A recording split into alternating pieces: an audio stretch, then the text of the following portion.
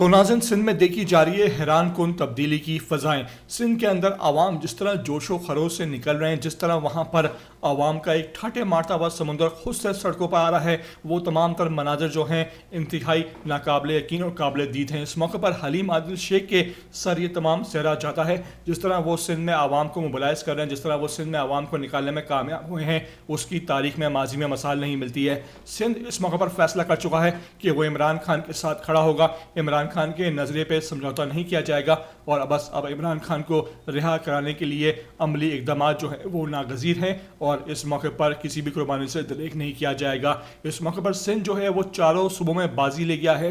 हलीम आदिल शेख चारों सूबाई जो सदूर हैं पीटीआई के, उनमें बाजी ले गए हैं। किस तरह वो आवाम को निकाल रहे हैं, किस तरह चार्ज क्राउड है और किस तरह वो आवाम के सामने जाकर खुद से वहाँ वलवला अंगेज तकरीर कर रहे हैं। इस मौके पर वो बता रहे हैं कि ये जो नौजवान है, यूथ है, इनमें गुस्सा है, इनके सब्र का पैमाना अब लबरेज हुआ चाहता है, इनका इम्तिहान ना लिया जाए। अगर ये सड़कों पर निकल आए तो फिर किसी के पास कुछ नहीं रहेगा और सब हाथ मिलते रह जाएंगे। इस मौके पर क्या मनासर थे, किस तरह जोशो खरोश से एक मरतबा फिर आवाम निकली है और हलीम आदिल शेख का इस मौके पर क्या कहना था, हम आपको उनकी तमाम गुफ्तगू दबंग जो है वो आखिर में सुनवाने जा रहे हैं। आपसे रिक्वेस्ट है कि पहली बार अगर आए हो चैनल पर तो लाजमी इसको आप सब्सक्राइब करो, लाइक करो, शेयर करो और कमेंट करके मुझे अपनी कीमती आरा से लाजमी आगाह भी ज़रूर किया करो।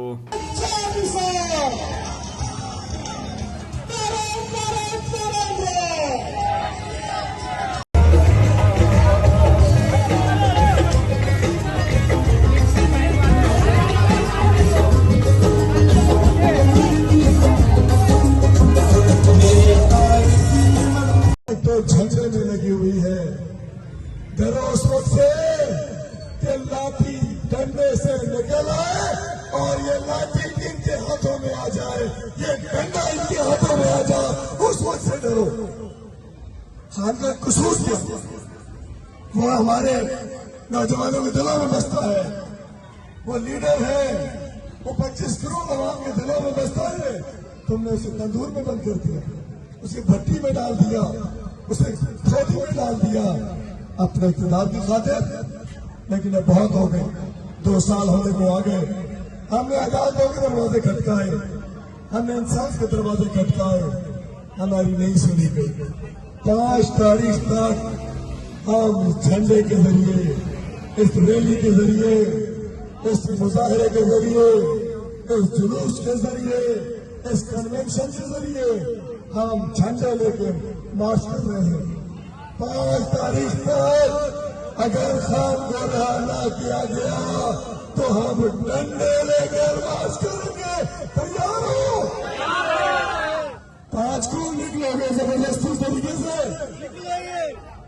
चूंकि मैं 3 दिन से मुस्तकिल बातचीत कर रहा हूँ।